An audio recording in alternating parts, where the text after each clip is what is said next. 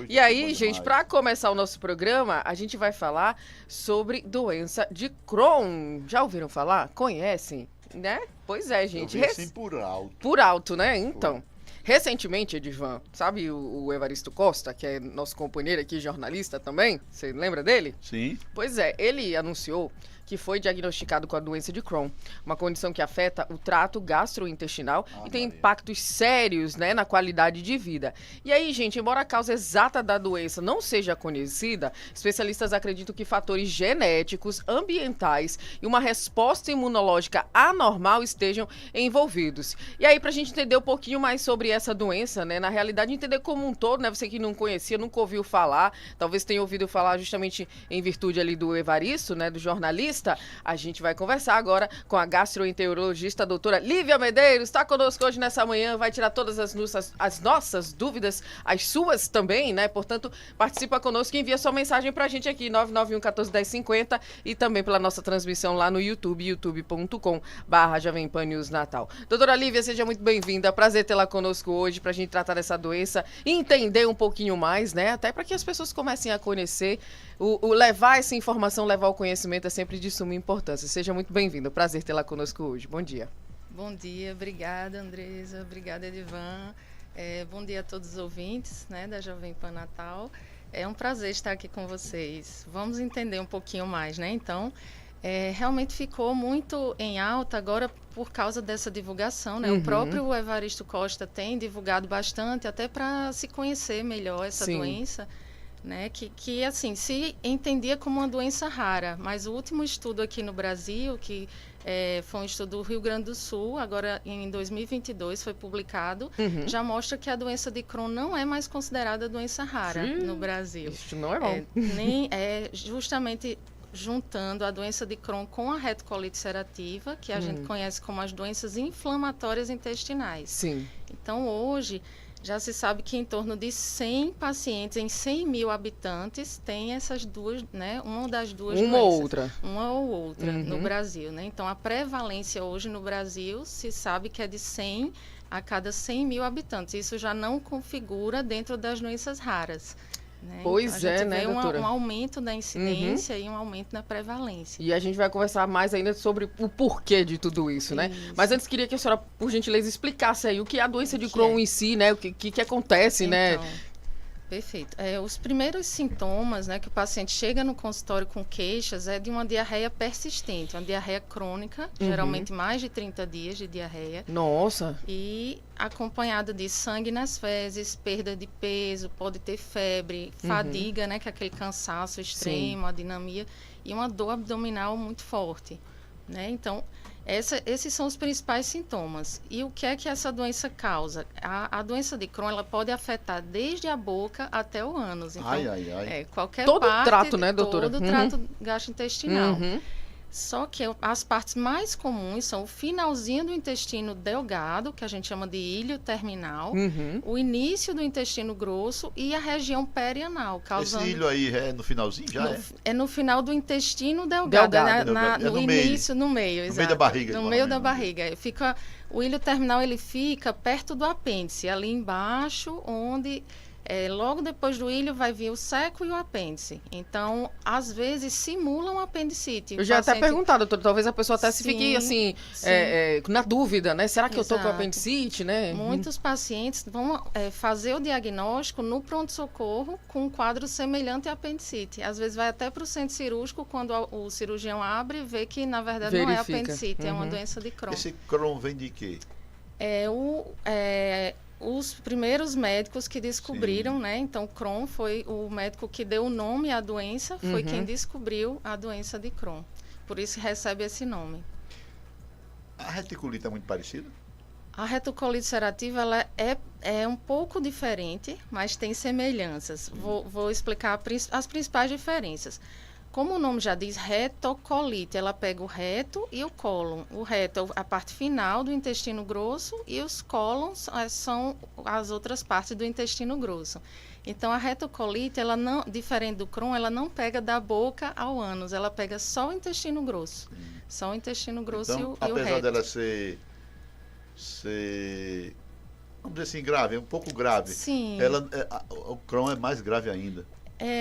Ou é a mesma coisa, a Então, mesma intensidade? essa é uma excelente pergunta. Não existe, não tem como a gente dizer se uma é mais grave que a outra, porque todas as duas têm níveis, né? De leve, moderada, Sim. intensa e até doenças fulminantes que precisam de cirurgia de urgência.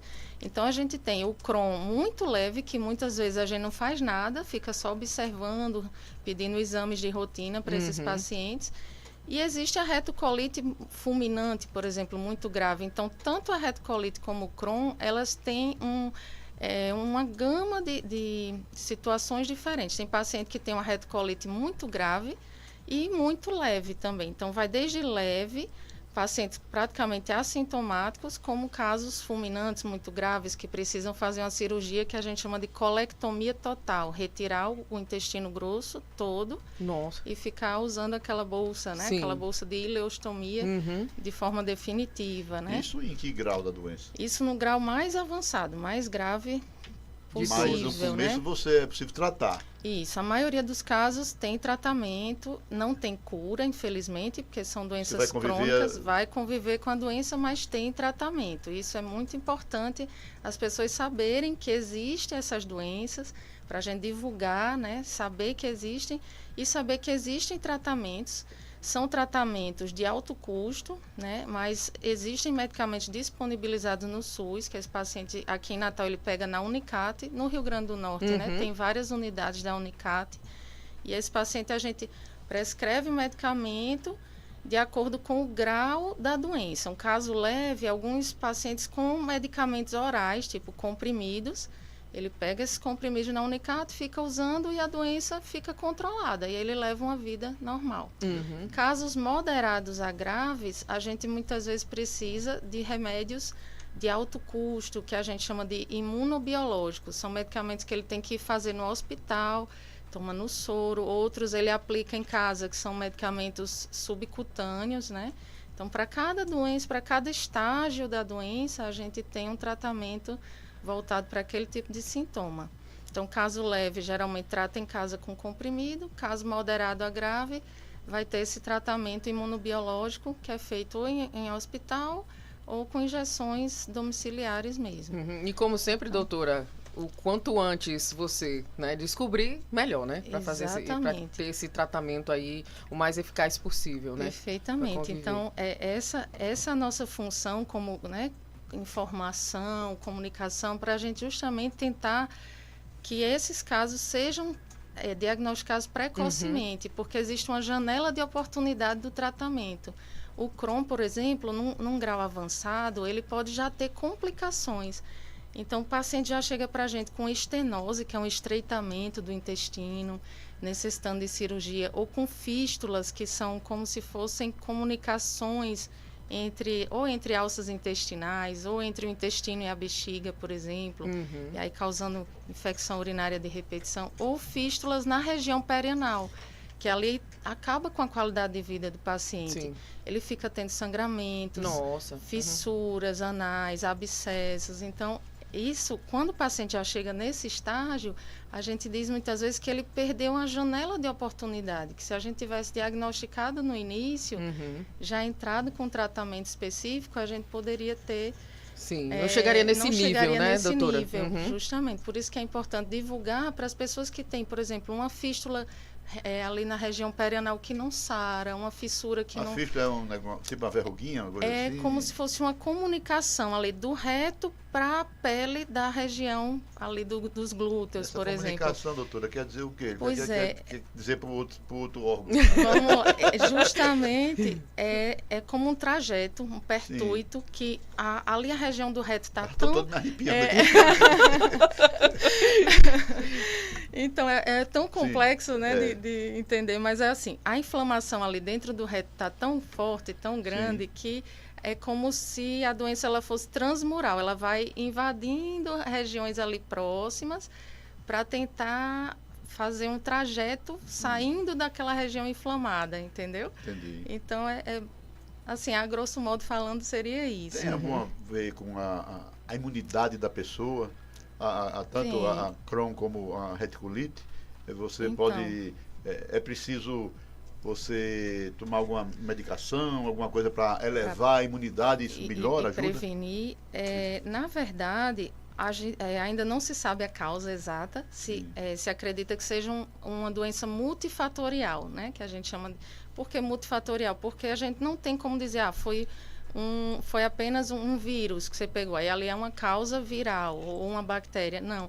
A doença de Crohn, ela é multifatorial, ela é uma junção de uma predisposição genética, então já se conhecem mais de 100 genes implicados na doença, mas a pessoa que tem a doença, ela não tem todos aqueles genes alterados, ela tem algum parente longínquo, às vezes nem sabe que tem, mas tem algum parente que já teve a doença, né, que teve esse diagnóstico, mas às vezes a pessoa foi no antepassado muito distante que ela nem recorda, nem sabe.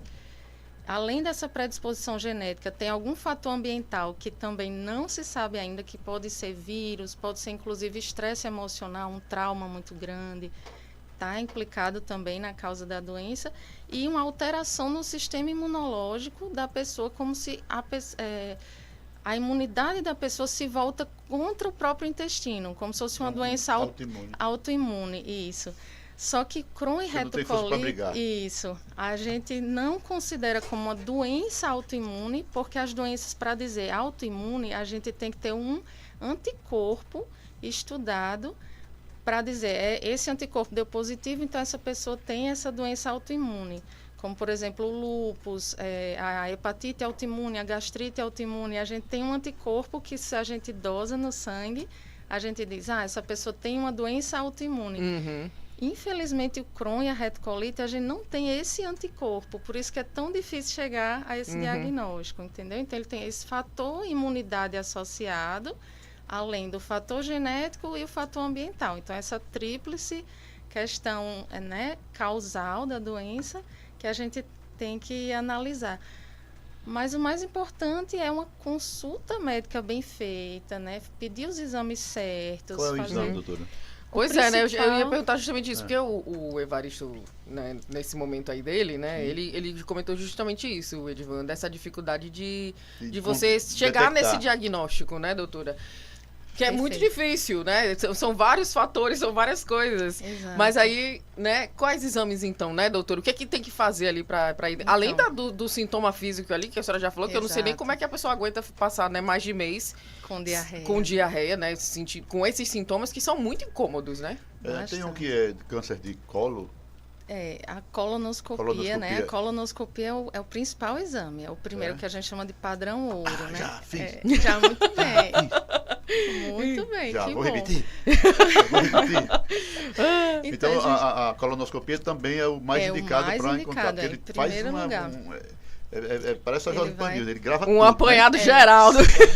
Sai gravando tudo, né? Exatamente. A colonoscopia, assim, para retocolite ulcerativa é o exame padrão ouro, é o primeiro, né? Como a doença de Crohn, ela pode pegar da boca ao ânus, então, às vezes, a colonoscopia sozinha não é suficiente. Doutor, e por que não começa não porque... começa pela boca, doutor? Mas começa com a endoscopia. Mas a colonoscopia não, minha filha. Não, então, faz a endo e faz a colonoscopia, faz os dois. Os dois. Edivan, você sabe quantos metros de intestino a gente tem? Ixi, um montão. Em média, 6 metros. O quê? 6 metros. Eu só tenho 1,5 metros. Como é que comporta? 6 metros? É aquela cobra, a cobra. A cobra da festa do boi. A pita da festa do boi. Meu amigo. Então, não existe um exame, assim, aqui em Natal não existe esse exame que veja o intestino todo, né? Então, a colonoscopia, ele vai ver... Nem no privado, nem na rede privada? Aqui em Natal, não. A gente existe, né, que chama enteroscopia. A enteroscopia é um exame demorado, é feito em centro cirúrgico, com anestesia geral. É um exame que é feito em Recife, em Fortaleza, aqui no Nordeste, né? Aqui em Natal ainda não temos. Mas a colonoscopia, ela dá uma ajuda muito boa. Então, na retocolite é o principal exame. No Crohn, além da colonoscopia, porque às vezes o paciente ele tem um Crohn do intestino delgado, que a coluna não chega. Seria no jejum ou no ilho mais proximal, que a gente chama. Então, se a colonoscopia não viu nada, a gente tem outros exames que a gente pode lançar a mão, como tomografia, ressonância, que eles vão ver, por exemplo, áreas de inflamação, áreas de estenose, né? Em último caso, tem a cápsula endoscópica, que é uma cápsula mesmo, tipo um comprimido grande, que ela tira milhões de fotos a cada segundo, ela vai tirando várias fotos, como se fosse um filme. E a pessoa engole? E a pessoa engole e depois dá descarga e vai embora. E isso fica só na expectativa da cápsula. E a pessoa, né? Aquela palestrante que fez aquela palestra célere, ela deve ter fotografado tudo dela. Para botar na rede social. Pois é. Sim. E aí a cápsula endoscópica é um exame que a gente usa na doença de Crohn, mas em casos realmente que você não conseguiu com outros exames, que é um exame que o SUS, infelizmente, não Doutora cobre. Lívia, o brasileiro é muito... Tem uma parcela grande de irresponsáveis, né? Que assim, que não estão nem aí e tal. Detecta a doença, vamos dizer, aí a diarreazinha vai embora. Sim. E ele, tô legal, passou, tô bem, beleza, vou deixar pra lá, que agora eu vou tomar cerveja com churrasco e tal, e quer viver aquela vida normal da segunda do vagabundo. E aí? É bom você estar sempre ligado, sim, tal. Tem que ser um tratamento contínuo. Você não pode desprezar, deixar pra lá, achar que tá bom e de amanhã o negócio voltar com força. Perfeito. Você fez uma excelente observação. A gente tem, infelizmente, muita desistência, muita evasão, né? Então, a gente, às vezes, faz o diagnóstico e a gente tem que frisar bastante na consulta médica essa importância, porque é uma doença crônica que, querendo ou não, aumenta o risco de câncer de intestino se não tratada.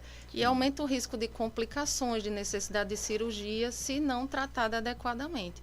Então, às vezes, o paciente, ele foi à consulta, fez o diagnóstico, tomou ali a primeira dose do medicamento.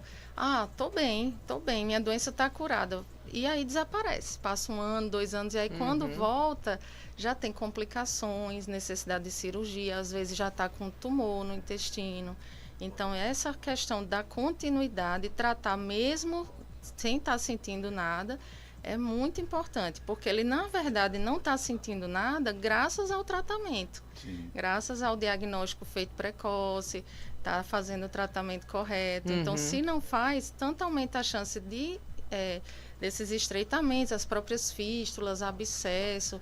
Então, esse paciente ele pode ficar perdendo peso, ficar desnutrido, né? Ter aquela diarreia desabsortiva, que a gente chama. Então, é um risco muito alto abandonar o tratamento. Não vale a pena, né, doutora, você correr esse risco, pelo amor de Deus. Olha, a gente tem uma pergunta aqui do nosso ouvinte, do César, que está dizendo: bom dia, bancada. Doutora, quem fez uma cirurgia de gastrectomia e vem com um grau de diarreia muito grande e inchaço, poderá estar com essa doença que vocês estão abordando? Essa é uma pergunta interessante, porque, assim, várias cirurgias, elas retiram, né, pedaços ou do estômago, do intestino, e não necessariamente é uma doença de Crohn. Muitas vezes essa diarreia é justamente pela falta daquele pedaço, daquele órgão que foi retirado, né? Então, o intestino, ele tem 6 metros, mas cada vez que você retira pedaços, você pode ter uma síndrome que chama síndrome do intestino curto, né? Quando você faz uma gastrectomia, nem sempre retira só o estômago. Às vezes retira o estômago, parte do duodeno, né, que é o intestino delgado, e isso pode causar esse tipo de sintoma. Então, provavelmente não é Crohn, não tenho como afirmar, porque ele precisa fazer alguns exames. E está sempre acompanhado, viu? E sempre acompanhar. Então, o ideal seria ele ir para um gastroenterologista, retornar ao cirurgião dele, né, e avaliar.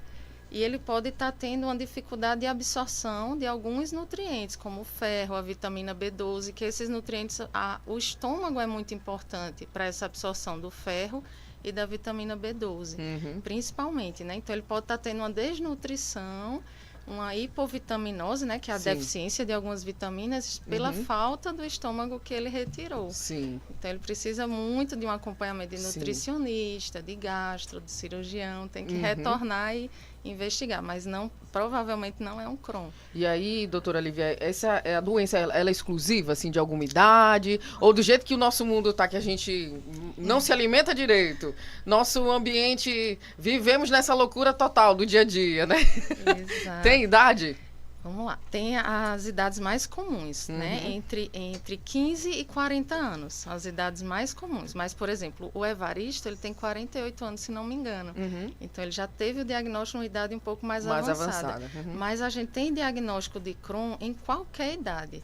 Desde crianças, inclusive lá no setor de pediatria do Onofre Lopes, temos uma parte de pediatria só para essa doença. É o Onofre que cuida? Sim, no Onofre temos ambulatórios especializados, tanto na pediatria como no adulto. O meu ambulatório é de adultos, a gente recebe, estamos hoje com mais de 300 pacientes aqui no Rio Grande do Norte, a maioria do interior, inclusive. Eu fiz um levantamento recente e eu tenho muitos pacientes do Seridó, muitos, Caicoco, Rasnovo, Zacari, até Cruzeta, tem paciente de todo o Seridó. E aí eu andei vendo, né, questão genética. A herança dos judeus sefarditas é a incidência maior nessa região.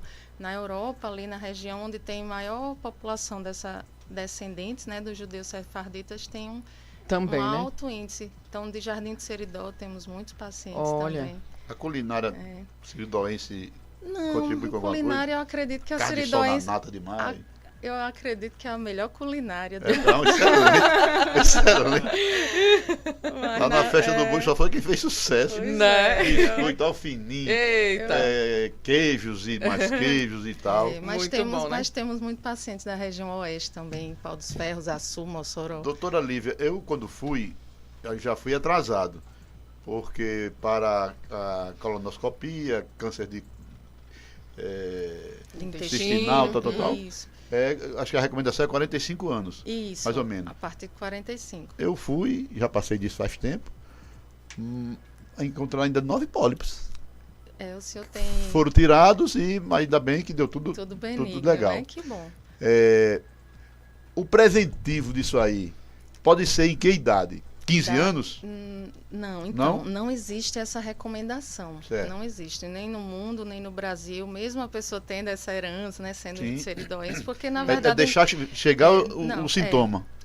Não existe essa recomendação. Por quê? Porque não é diferente do câncer de intestino, por exemplo, que a carga genética é um fator mais importante. Então, por exemplo, no Brasil é um dos cânceres mais comuns, só perde para o câncer de próstata, câncer de mama, câncer de pele, já em seguida já é o câncer de intestino. Então, como a prevenção do câncer de intestino vai levar a uma redução de mortalidade, redução, né, de morbidade, a prevenção, como saúde pública, a gente tem que entender que vale a pena fazer colonoscopia na população geral, a partir dos 45 anos. É financeiramente viável fazer essa prevenção na população a partir dos 45, porque é um câncer que mata bastante, traz muita morbidade, né, que é a questão da cirurgia, colostomia, tudo isso.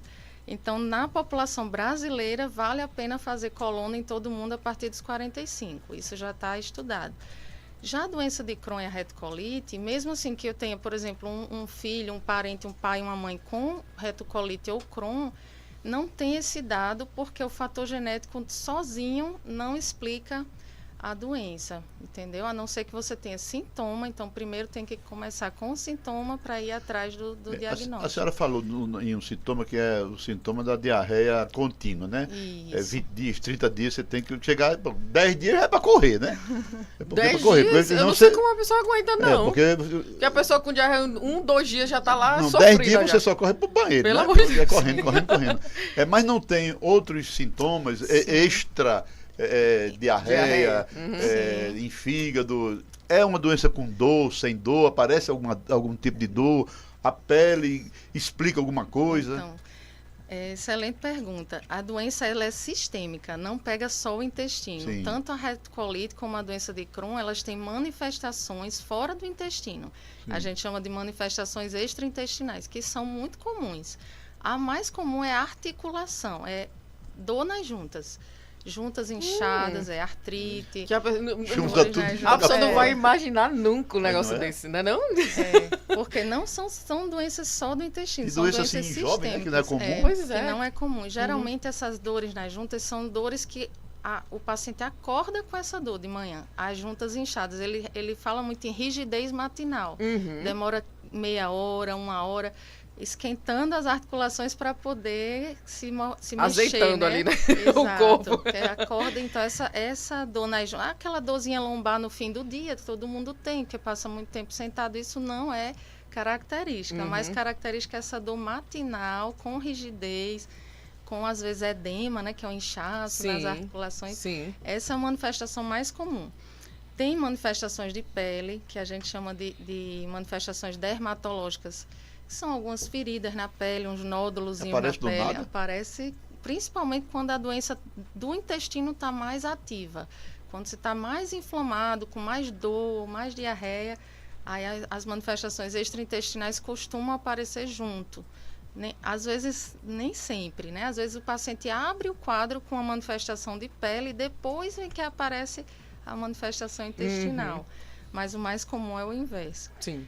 Tem manifestação de olho também, então uveíte, episclerite, que são inflamações, né, na parte branca do olho, o olho fica bem vermelho, isso também. Mas tem que aparecer várias vezes, né? Porque aqui lá você vai para não, pois é, uma conjuntivite, uma coisa assim, não... Não quer dizer que seja doença. É algo mais constante, né? E essas manifestações de vista, elas causam dor nos olhos, dor forte nos olhos. É diferente de uma conjuntivite alérgica, é totalmente diferente. E que trata e passa logo, né, doutora? Só ter a paciência ali, né, daquela semaninha, né, para tratar. Perfeito. Bom, de toda e qualquer forma, gente, fica aqui, né, essa informação para você. Até mesmo as dicas, né? Como sempre, a gente traz as dicas para que você se cuide, para que você se previna, né? Faça os exames, né? Chegou lá na idade, faça o exame, não deixa passar não, tá? Caganeirazinha de 3 dias, tu 4, é 5, doido? 6, faça a carreira, corra. Não só pro banheiro. Não é pro banheiro só, é para os médicos também. Porque realmente, né, é algo que o Pedro tá se acabando aqui. Não, porque eu acho que aqui a gente tem que usar uma expressão bem conhecida, né? Mas é eu pensei que o nome era certo, era desinteria, porque vovô já chamava, tô com a desinteria, mas é desinteria. Olha desinteria. Você não vai dizer caganeira logo, gente, que todo mundo conhece? É verdade, mas é isso mesmo, gente, né? A gente tem que estar atento, né? Às vezes não é só porque a gente comeu alguma coisa ali que não fez muito bem, né? E nada de se automedicar, porque não tem isso, né? É perigoso até, né? Vai que você tá retardando ali.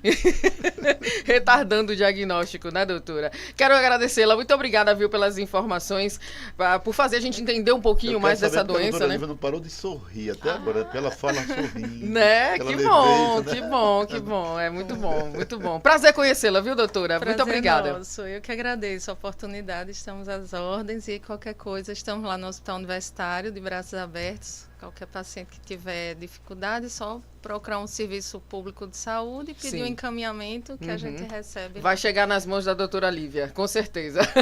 Doutora Lívia Medeiros, gastroenterologista, a gente conversou hoje sobre a doença de Crohn, gente. Muito obrigada, viu, doutora, mais uma vez. Ó, gente, vamos pro nosso intervalo comercial. Antes, aquelas dicas básicas que a gente sempre dá para você aqui, para que você fique antenado, né? E, ó, também economize, porque quando a gente fala